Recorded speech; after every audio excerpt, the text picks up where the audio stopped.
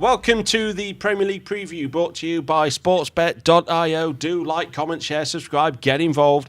And do subscribe to the channel to get your latest previews for the Premier League, for football across Europe, Champions League, that is back next week, and also the NFL and the NBA. Quite a lot has happened in the last couple of weeks since we last sat down and spoke about the Premier League. We've had manager sackings, we've had cup tournaments, teams been knocked out, and we're going to discuss this. We'll also be looking ahead to this weekend's football. We'll be looking at the guys' Premier League predictions at the start of the season. They did predict where each team would finish in the Premier League. We'll also go through the trebles as well. Joining me in the studio is former Spurs, Leeds, Burnley, Blackburn and England goalkeeper Paul Robinson. How are you? Very well. Yourself? I'm all right. I'm mighty fine, thank you. And former Liverpool striker and Preston and West Ham as well, Neil Mellor. Hello, Mel. You okay? Hey, lads. All good.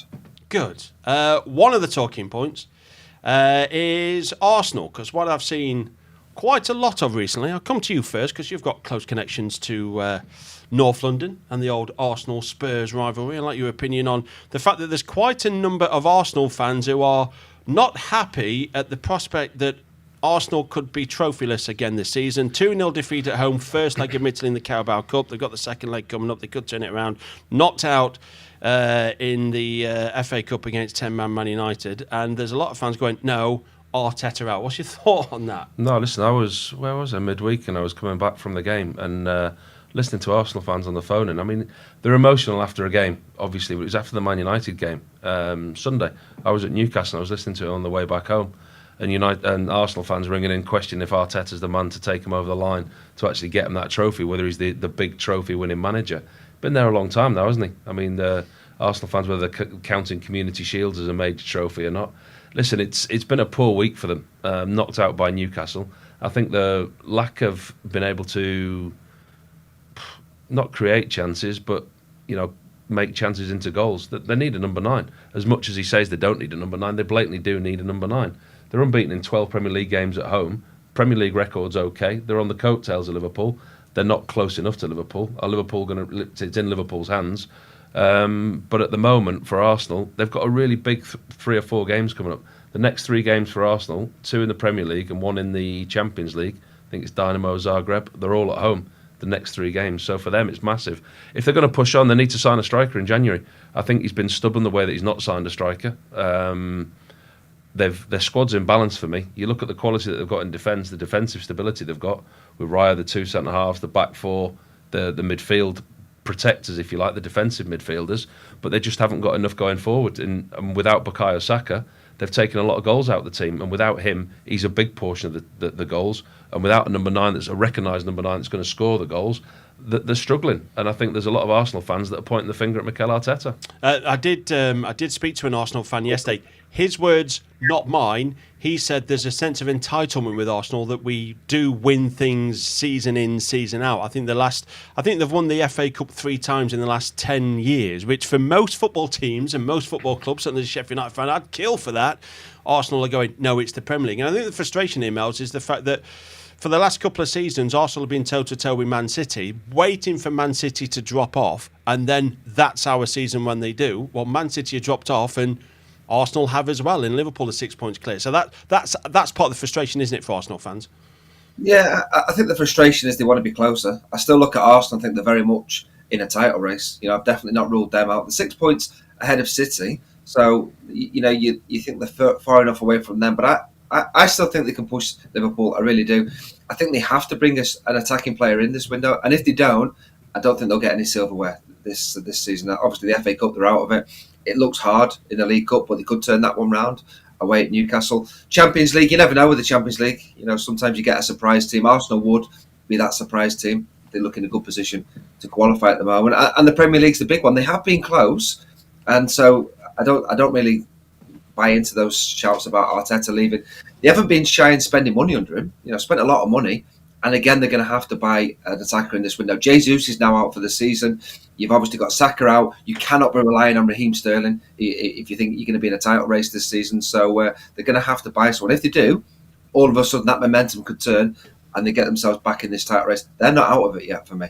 Yeah, and they're not at the Carabao Cup either. I mean, they could still end the season. Listen, one goal changes that, by the way. Yeah, There's absolutely. a lot of people writing them off in that Correct. game.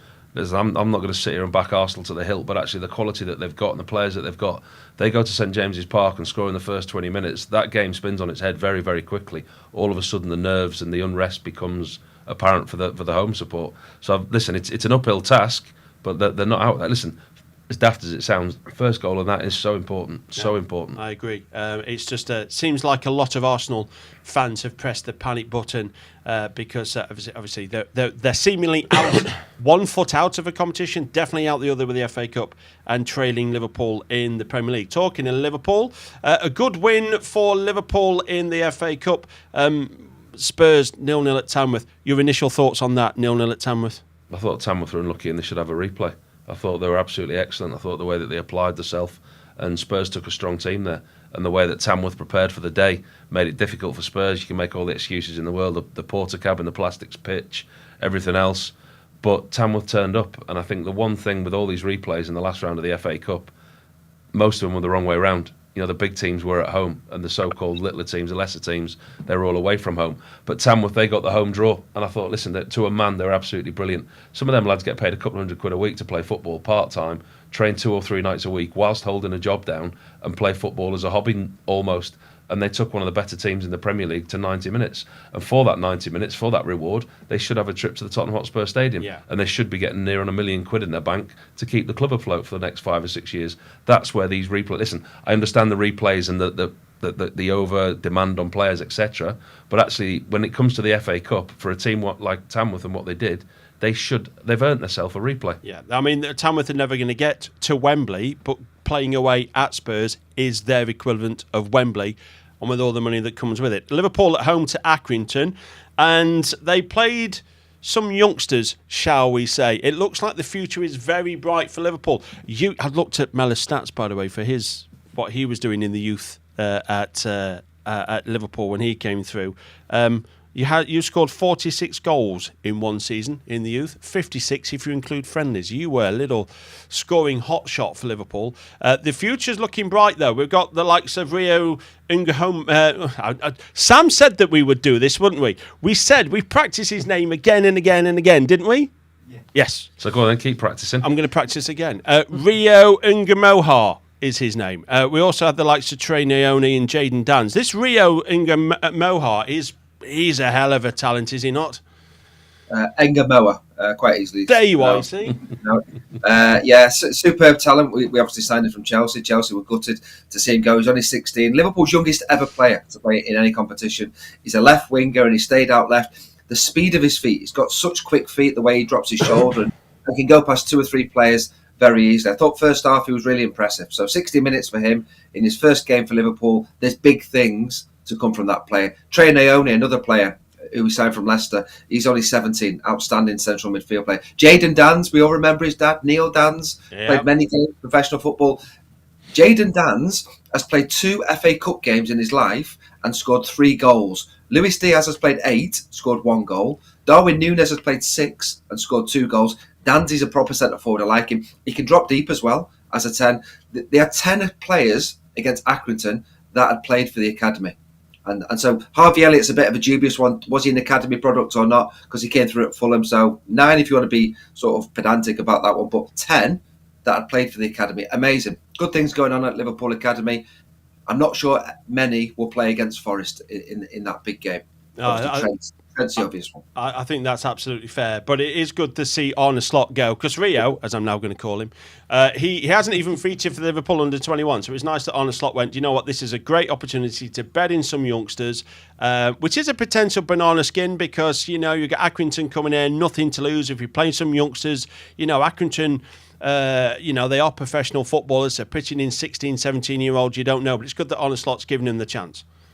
Yeah, and I think the good thing as well for Liverpool at the moment, which some people might not be aware of, they changed the training ground. So Liverpool used to be at Mellor for many, many years, and so now changed to be on the same site as the academy for the first time. So it gives the young players, the 18s, 19s, 21s, a chance to train with the first team and impress and get noticed. So rather than, like you say, Ngamoa's not played a 21s game, he's been training regularly with the first team. They've seen enough of him to go, fancy you. and give you a chance. So I think that's a benefit where some of these young players will get a chance. And perfect tie. Accrington at home. If that was a Premier League game, United and Arsenal, these kids aren't playing. So that was a perfect tie for Liverpool. And they could feature again in that short trip that Liverpool have got in the next round away at Plymouth. Plymouth. 12:30 kick-off on a Saturday. That's what they'll have, potentially. Right, since we last spoke, 2 managers have left and they've been replaced by 2... I wouldn't say new managers because we've got Graham Potter back in charge of... I'm glad you got that one right. You called him 3 different names this morning already. Harry Potter and Brian Potter have been... We've had Harry and Brian already this morning, and he's finally got it right. It's true. It was a funny situation with Lopetegui as well, because it's like Lopetegui's been sacked, but not officially been sacked, but he's in here to take training. He's taking training. His press conference has been cancelled. That was awful, by the way. Why do clubs do that? You don't treat people that way. I don't care what you think of the manager, or I think even the most ardent, staunch West Ham fan who wanted Lopetegui out would say that the way that he was treated towards the end of his tenure was not right. You don't run business or treat people like that, I'm afraid. Listen, you've got Graham Potter there. There's pictures of him talking to the club, and then you say to Lopetegui, do us a favour, take training, will you? When everybody knows that Graham Potter's coming in. And literally, he's out there on the grass taking training while they're signing Graham Potter somewhere else. He comes off the training pitch. Graham Potter's in a car round the corner waiting to drive in. Listen, maybe the right decision for West Ham, but the way it was handled, all wrong. Yeah, I agree. And when I was looking yesterday, I did hear, even more bizarre than that situation, Marcus Rashford being linked with a loan move to West Ham, which initially for me seems to be a transfer that's never on the cards, because if Rashford's going anywhere, it's not going to be to West Ham, is it? With the greatest of respect, is it? Or is West Ham a perfect club for him? He'll get game time and he might find his form again. I don't know. What's your thoughts on that? Ex-West Ham player, Mellor. West Ham need a striker. Yeah, Antonio unfortunately had that car accident. Fulkrug as well is now injured for a period of time with his hamstring, so they will need a striker. And Bowen as well. Bowen's done as well, isn't he? Yeah. Bowen's out for a little bit. So, yeah, I think West Ham are definitely short in that area. Whether they can sort a deal out with United with the wages, I don't know. But, yeah, I think that would be a good fit. Absolutely. Game time for Rashford at a club where I think he'd do well. I think things will change for West Ham. They needed to change the manager. Lopetegui just didn't work. For week after week, we're thinking this could be his last game. Finally, he went, and I think Graham Potter will do a good job there. But they need an attacker in this window. Yeah, they certainly do that. Will it be Rashford? Question mark. Who knows? Of course, we know that Jesse Lingard went there and performed well on loan from Man United. Shall I tell you why Rashford won't go there? Go on, tell me. Wages. That's my initial thought. West Ham won't pay compensation for a manager. They're not going to pay Marcus Rashford's wages. Yeah, unless Man United pay a good chunk of it, which when they've got other options, maybe AC Milan, other clubs all around the world that are looking at Marcus Rashford, that will take a bigger chunk of his wages than West Ham, I think the club might have a better idea than Marcus Rashford as to where he goes. Yeah, Graham Potter said there is logical rationale for Rashford to join West Ham. Sean Dyche being sacked, did that come as a surprise to you? No, not really. You could see it was coming. I mean, all those Everton fans that went all the way to Bournemouth and didn't even see a shot on target and had the home fans singing about how bad it is to watch their team and how do you do it every week, you can understand. I think the Everton fans, they just got fed up with the style of football, what they were seeing. When you take yourself away from it now and you look back at his tenure, you look at what he had to deal with off the field, the points deductions, everything else, he did it. It wasn't a great watch, but he did it, and what he achieved in that short space of time, I think it's a valid achievement, in all honesty. The points deductions, what they had, the turmoil that was going off the field, the takeover, the non-takeover, is it happening, isn't it happening, etc., etc. Keeping the dressing room at a place where they can get the points to keep them in the Premier League. I thought he did a good job. And you look at the results that they were getting, the draw against Manchester City, the draw against Chelsea, the draw at Arsenal, those results in isolation, dotted through the season, are great. But actually, all three together and then combine a couple of losses, you're not picking up enough points. And I just think with the lack of goals, I mean, what's their thing, their goals? I wrote it down the other day. Only Southampton fewer wins, 3 wins with 15 goals, 7 of the 15 goals from open play, no goals in 8 of 10 games. I mean, that speaks for itself, and the fans will speak with a voice. They're not losing that often, actually, if you look at it, but they're not winning that often either, which is the problem, because obviously if you're just drawing week in, week out, you're not really going anywhere. I think the timing of the sacking was a bit of a surprise, because it came out the blue just before an FA Cup clash. Obviously, you've got closer connections in Liverpool to the red side of the city, but looking in, I mean, David Moyes has come back now. He had a successful spell. He was there for a decade, leaving in 2013 to go to Manchester United. He's now back. From the outset, why is it that Everton can't seemingly get this right and they're always loitering down towards the bottom of the Premier League? Look at the squad. No surprise to see where they are. I mean, I think Daesh did a very, very good job. The fact that he's kept them in the Premier League with that squad of players. And a strength has been the defensive record. I think that's one of the best in the Premier League. But as Robbo said there, they just don't score enough goals from open play. I mean, that statistic, whatever it is just so far behind everybody else in terms of goals from open play. So that's something which I don't really expect to change a great deal because of the group of players they have. You know, I think the recruitment in recent seasons has been terrible with the money that's been wasted. I mean, Beto cost £27 million. Who's put a valuation on that? It's frightening. It really is. But Moyes is a great fit there, a brilliant man who's done so much in football, had great success first time around, and I think he will keep them up. And that's the only thing Everton need to do this season. Stay up, so when they move into that new stadium, they can still be a Premier League team, rather than being in League One and thinking in the Championship, and maybe a team like Wrexham could be going there next season. That is the last thing Everton needs. So Moyes will keep them up, but the group of players is where I'd expect to see Everton be. It's sort of the bottom 6 places. There are a few Evertonians that are not happy about him going back, though. I mean, there is a small handful of Evertonians that remember, when did he leave? Was it 2013, I think he left? He did, yeah. There's a few that are still a little bit unhappy at the way he left and the way that he went to Manchester United. I mean, listen, at that time, Manchester United were the biggest club in the world. You were following Sir Alex Ferguson and all the success that he had. It was almost an offer that you couldn't refuse. But I think what's come out since then, what he said was his autobiography or something, what he said that he worked for Ferguson, and some Evertonians see that as a little bit of a betrayal. But listen, results and performances will soon win fans back. Yeah. It's a bit of a sad farewell to Goodison Park, isn't it? You'd hope that they'd say goodbye to that grand old stadium with a bit of a flourish and having a really good season at home. They finished last season 15th, the season before 17th, the season before 16th. They just can't seem to get it right, Everton, no matter who's in charge. But David Moyes, could he turn that around? Actually, talking of Everton, because what we're going to do, what we did at the start of the season, is we asked you both to predict where each team would finish in the Premier League, all the way from 20 to the champions. We're pretty much halfway through the season, started 2025. Let's see how you are faring with your predictions. Right, let's have a look at the predictions. You can clearly see Mel's predictions, Robbo's predictions, and also the actual Premier League as it stands right now. Let's come to you first, Mel's. Anything glaringly obvious about your predictions you want to pick out? I would say I got Man City horribly wrong. I would say Manchester United, I got them horribly wrong, and Spurs. So they're the 3 that I got horribly wrong. And maybe the biggest surprise of all was Nottingham Forest. I feel a little bit embarrassed. Can I just apologise now to Nottingham Forest fans? I thought you'd struggle. I really thought you'd struggle. Well, you're not on your own. You're not on your own. Look at that. I know. I'm embarrassed. I'm sorry. I think there's a lot of people around the country did, though, Mels. Never mind apologising. What about Neil Mellor's Chelsea? Flying. Yeah, that wasn't a surprise to me. What's interesting for me that stands out is how you've both placed Manchester United. Because that 6th for Manchester United it's a below par season if you're Manchester United. Your top 4 minimum year in, year out, Manchester United. So 6th is you basically saying that's not the best of seasons if you're Manchester United. And yet that is exactly where Manchester City are. Yeah. It's amazing, isn't it? How far off Man City are. And then you have a look at where Man United actually are. You had them both finishing 6th and currently they're 13th.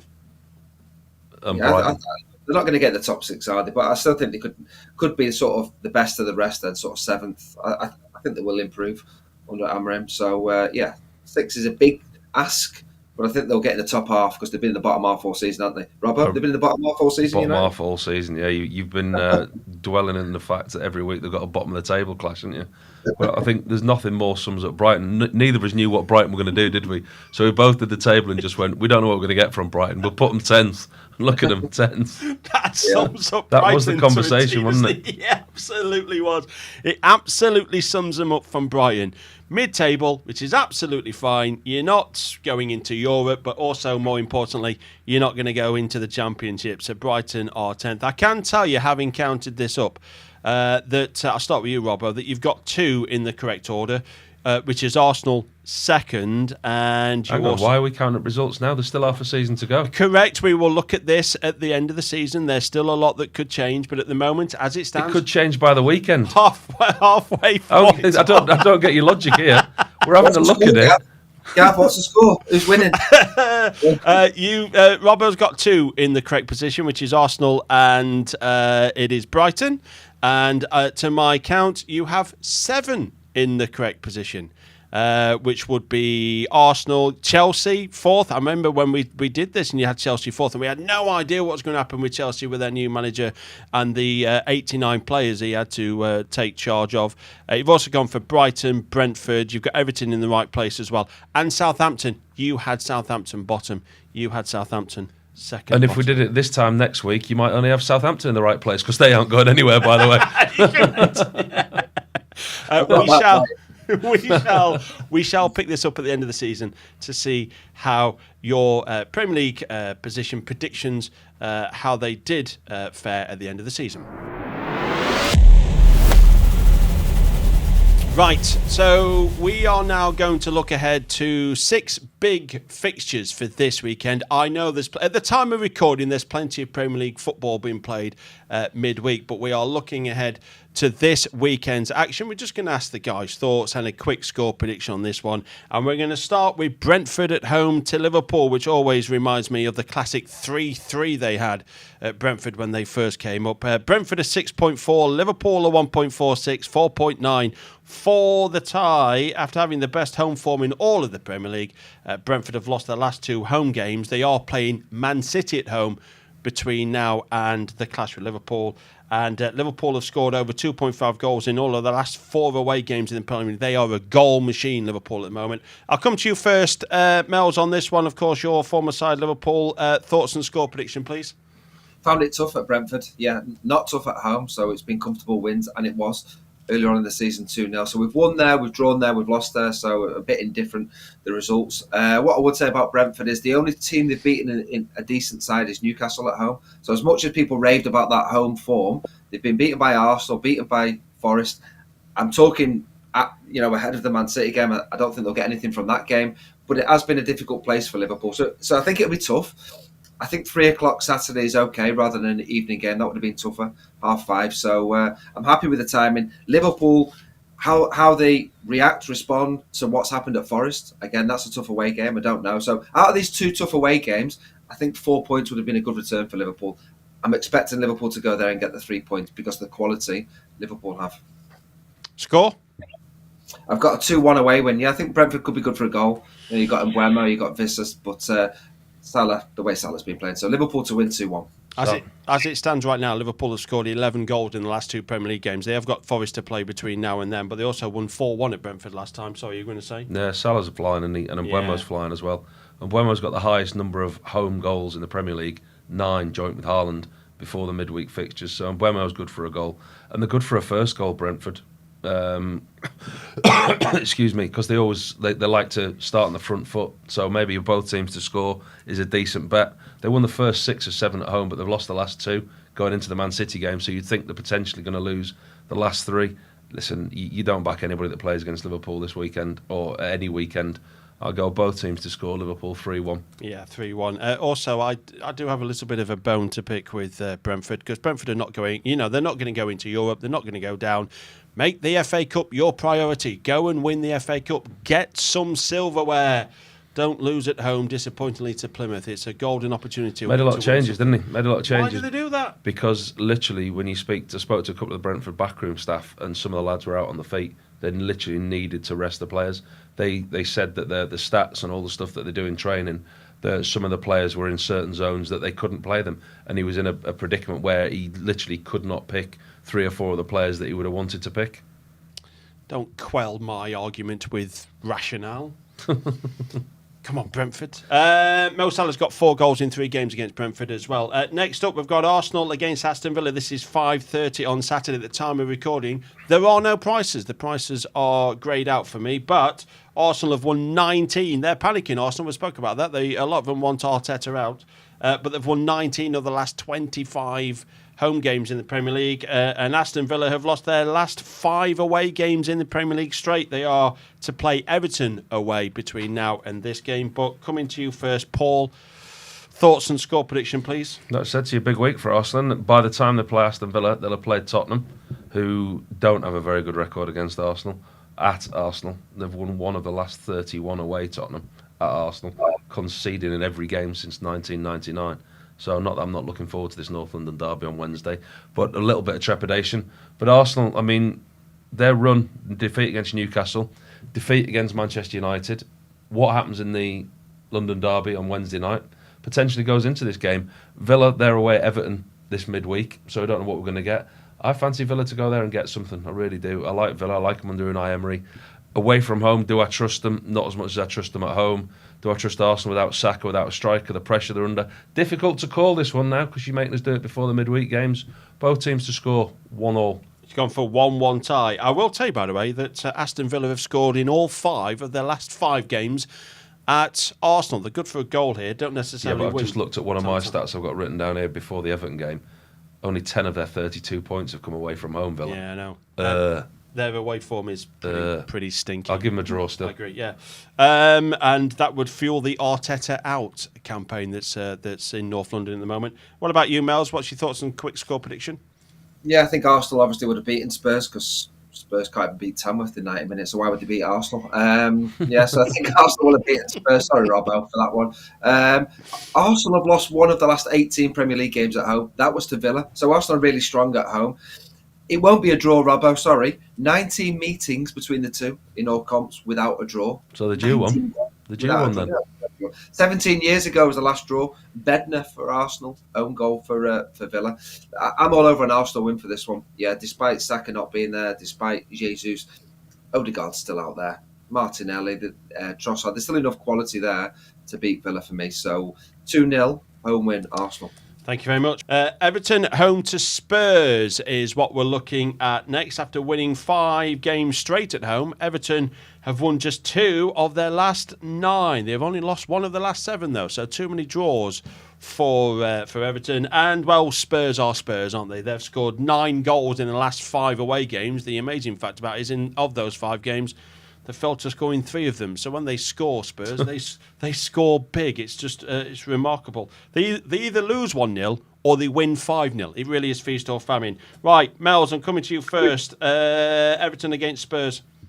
Yeah, I think Moyes will do all right at Everton. You know, they would have played Villa in his first game in charge. No idea how they would have got on in that game. Tough one. But, yeah, fancy them to win this one. I see it being a classic Everton scoreline. Everton 1, Spurs now. Just don't trust Spurs. Really don't trust them. And the whole Moyes factor, I think he'll start off all right and get the victory. So 1-0 Everton for me.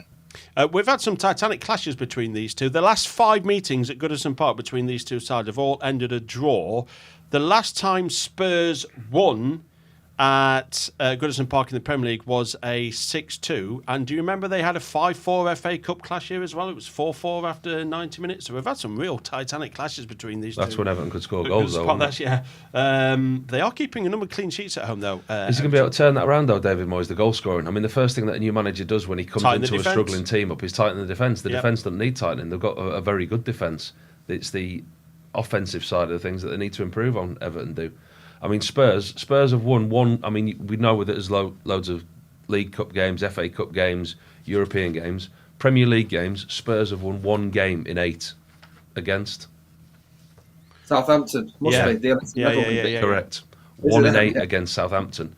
I mean, if we put a team together with a few more of us in here, we could probably still beat Southampton. So, I mean, that doesn't really say much, does it, at the moment?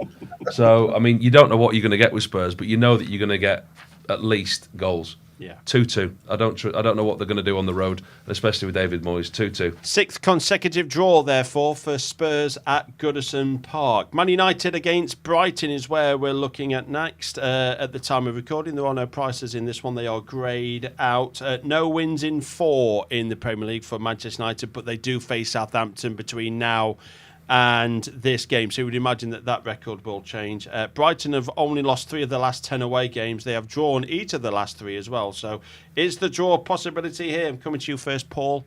Man United, Brighton, thoughts and score prediction, please? Tough one to call. I fancy Brighton because they're so inconsistent. Manchester United, most probably as inconsistent as Brighton. 2 very difficult teams to predict at the moment. United, as you say, lost the last 3 Premier League games at home before the midweek visit to Southampton. Will he change it up? I think he will. I think Brighton will go there. I think Brighton might have a chance to do a job. I think with João Pedro, Matoma, they've got players on the break and with pace. When they play against the back 3 Brighton, I think they can expose the holes in between the wing-backs and the centre-halves. Fancy Brighton to go there and upset Manchester United. It's not the place it used to be. 2-1 Brighton. Do you know what? Brighton have won 5 of the last 6 meetings against Man United. They actually have a good record against Man United. So you're going for 2-1 away win. Mel's? Yeah, I think things have turned at United. They got that really good point at Anfield, played very well. Played well at Arsenal as well in the FA Cup, albeit down to 10 men.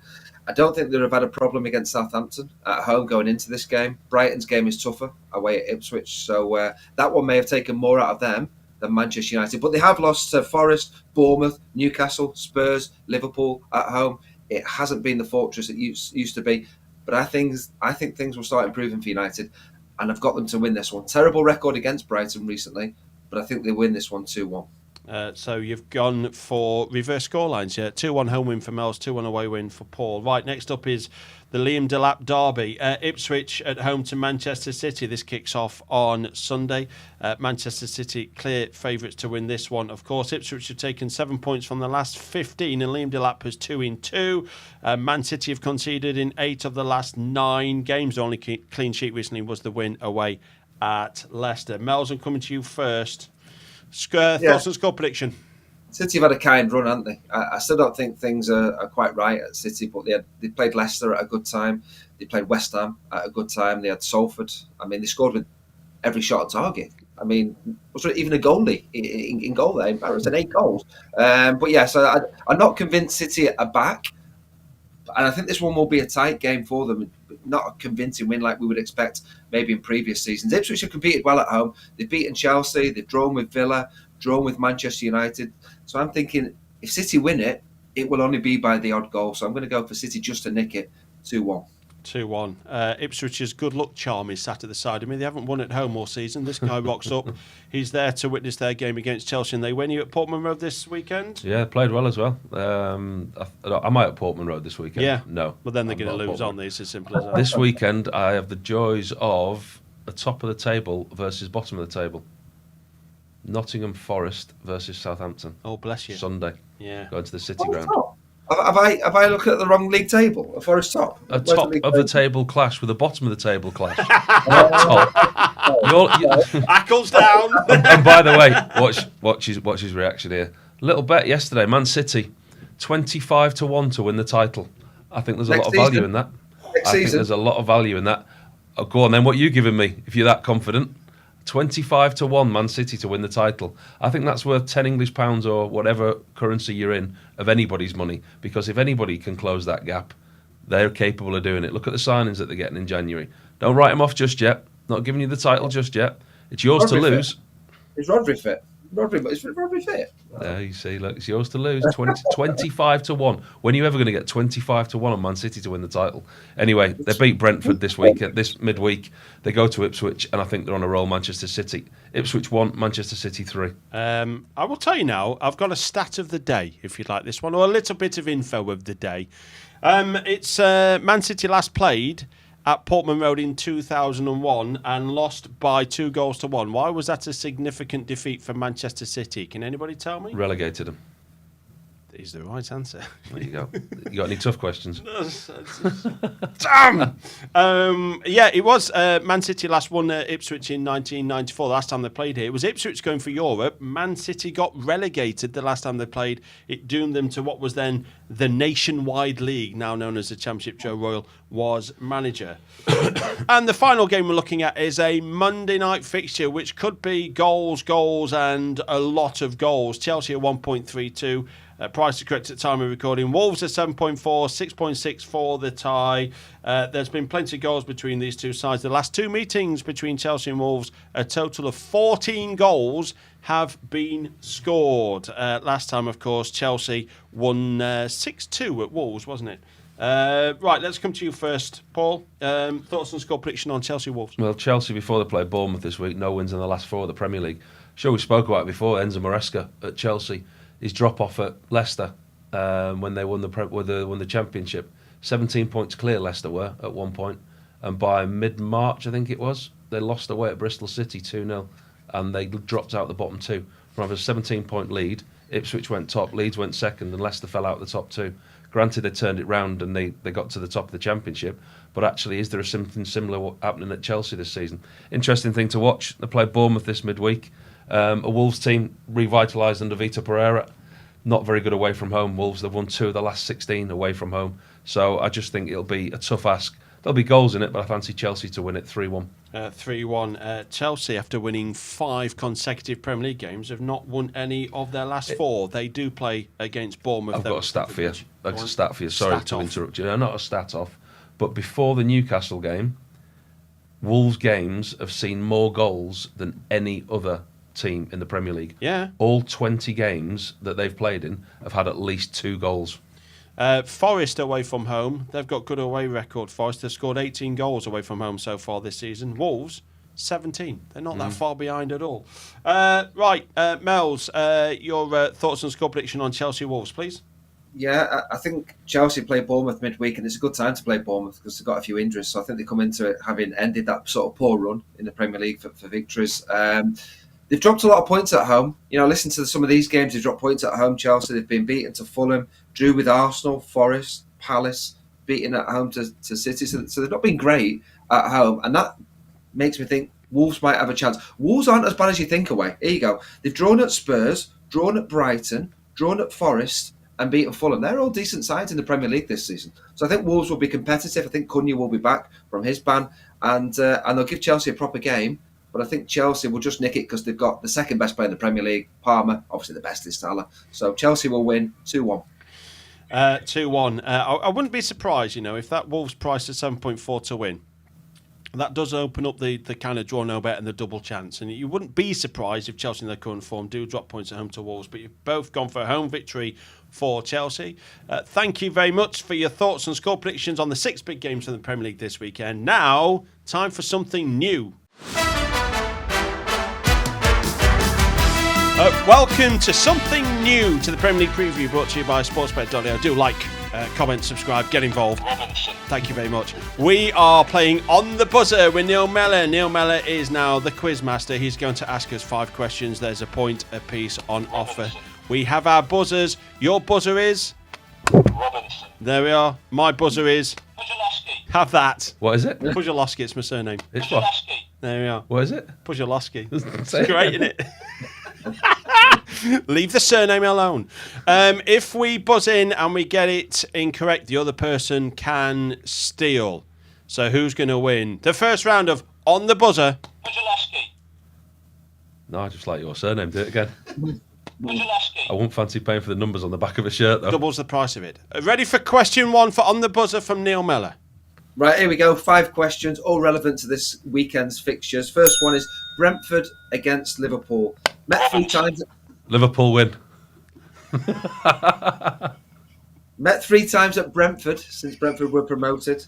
Brentford have scored 7 goals against Liverpool. 5 players have scored 1. 1 player has scored 2 of those 7 against Liverpool. Is it Mbeumo, Vissa, or Tony? Puszczalowskyi. Tony. Wrong. So you've got Mbeumo or Vissa. Wissa. Correct. Oh, There you go. 2 foot straight in again. Puszczalowsky's sake. I know. 1-0 to you. Right, question 2. Question 2. It's the Arsenal against Aston Villa game. Which current Villa player played 38 times for Arsenal? Robinson. Emi Martinez. Oh, nailed it. 2-0. Gav. I'm going to stick with Gav rather than your surname because I can pronounce it. Chicken. Come on then, question 3. Question 3. Everton v Spurs. Everton last beat Spurs at home in the Premier League in 2012. That was 13 years ago. It was 1-0 to Spurs after 89 minutes. Everton scored 2 in injury time. Who scored the equaliser? Who scored the winner? The equaliser was South African, and the guy who got the winner was Croatian. And I also want to know, was Moyes manager or not? He's gone. I've gone. I've gone halfway through the Off question. you go. Right, I know the South African Go on, then, there you go. because that's Pienaar. Correct. I want to say Croatian? The Croatian is it something like Jovetic? Yeah, you can have that. Jelavic. Hang on, And then- Jovetic and Jelavic. I'm sure if his name was the shouted right out, he wouldn't come. Hang on, no, I'm not having that. Because if his name was shouted out as Jovetic, he wouldn't say Jelavic, would he? Come on, you can't have that. What about Sam? Producer Sam is the adjudicator. No, let Robbo have a go at the 3 now. Oh, go on then. You have a go at the manager now because obviously you know the 2 goal scorers. 2012, yes, because he left in 13. Yeah, but Gav got... No, he's One won got a one point. and a half. He's won a point. We'll give both of you a point then. Yeah, 1 each. You can't have one for saying somebody's yeah. surname, something. 3-1, I mean, it's like me Robbo. trying to say your surname. 3-1. So I can still equalise. I can still get this back to 3-3. Absolutely. Well, Right. there you go. To get the point for that answer, who got the most? How many caps did Jelavic get for Croatia? Closest to it to get the point for that Closest, answer. you don't have to buzz in. 36. 37. I knew you'd do that. One of you's got it spot on. It's not going to be me, is it? I can't pronounce his name, but it's him, Gav. I tell you what, Get in there. I'm not having that. There's absolutely no way you haven't told him before the programme. No, I didn't. There's no way. There's no way you can get that. No way. Nah, this Well, there you go. buzzer's got to bounce off your head in a minute. No way. Absolutely no way. On the buzzer has How turned. many caps did Pienaar get for South Africa? Don't care. So we know we haven't told him the answer. Please don't get this right. 47. He's got this right as well. Can't believe it. 61. So you're Ah. wrong. Okay, Good job I said 2-1. 48. 2-1. 2-1 to Robbo. Here we go. Question 4. United Brighton. Bit of an ease, probably the easiest of the lot, this one. United have won one of the last 6 Premier League games against Brighton. Helped by the day before they won that game, the Brighton manager said, I'm leaving. Who was that Brighton manager? Robinson. Robbo. Graham Potter. Wrong. Gav to steal. Oh, it'd be. Oh, my word. Oh, it's their last manager who left. Go on then. I can't. I've had a mind blank. I can't think of his name. Good. Steve, Give you 5 seconds. Terry, No, it's the guy who's. Brian. Oh, Jess. this is gonna 3, kill me. This. 2. I'm out of time. John. Time him out, Els. Gone. Deserby. That's him. I could see him, but I couldn't Still- think of his Still 2-1 name. Robbo. Well, Robbo's one in here. I can't come back, but ask me. You can draw. Oh, I can draw. Yeah, 2-2. That's fair. Here we go. Ipswich against Man City. Bit of a mouthful, this question, but here we go. Yeah, last beat Man City in the Premier League in 2001. We've had that one already. Who were the goalkeepers and managers? Ipswich, Man City, 2001. Puszczalowskyi. Oh, I'm glad you did that. Good luck. Well, I know it was Joe Royal because I mentioned that, so he was in charge. I would imagine it's Burley. George Burley Yes, was right. in charge of Right. Ipswich. Managers done now. Goalkeepers. You're halfway. Goalkeepers, Nicky Weaver from Manchester City. No. Oh, Ipswich there you go. Unlucky. 2-1 win. Thank you very much. Good night. Well, no, he's got 2 right here. You need to get both goalkeepers to equalise and not send it into a decider. You can still get the Ipswich goalie, Gav. Richard Wright. Richard Wright is correct. If you get the City goalkeeper now, you have won. Otherwise, it goes into a tiebreaker question. What year?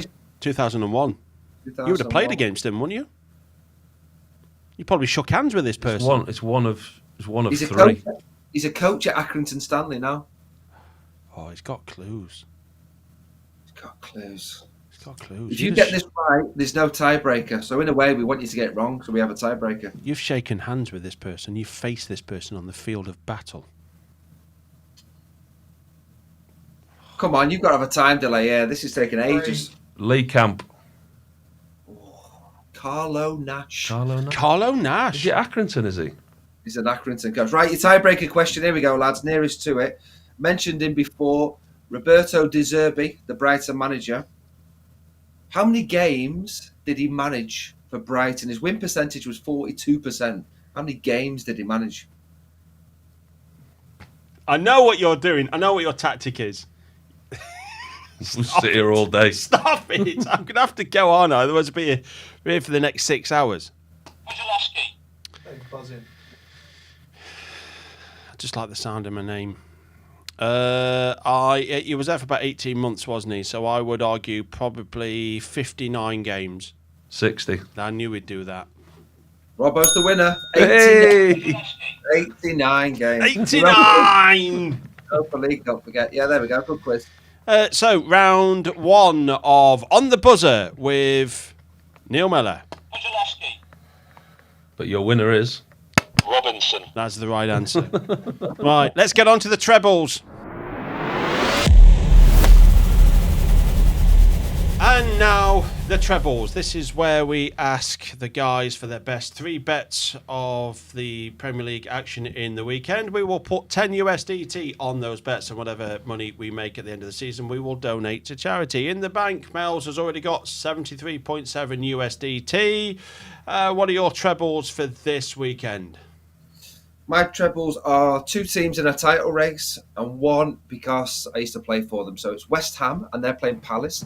And I played in a West Ham victory against Palace, so that's the only reason for that. Obviously, Potter's got in there as well. And they've got a chance. So West Ham is one of them. And the other 2 in the title race are Arsenal and Nottingham Forest. They are my 3 in the treble. So West Ham, Forest and Arsenal. That is a 5.32 treble, which returns 53.20 USDT, the very best of luck. And now live...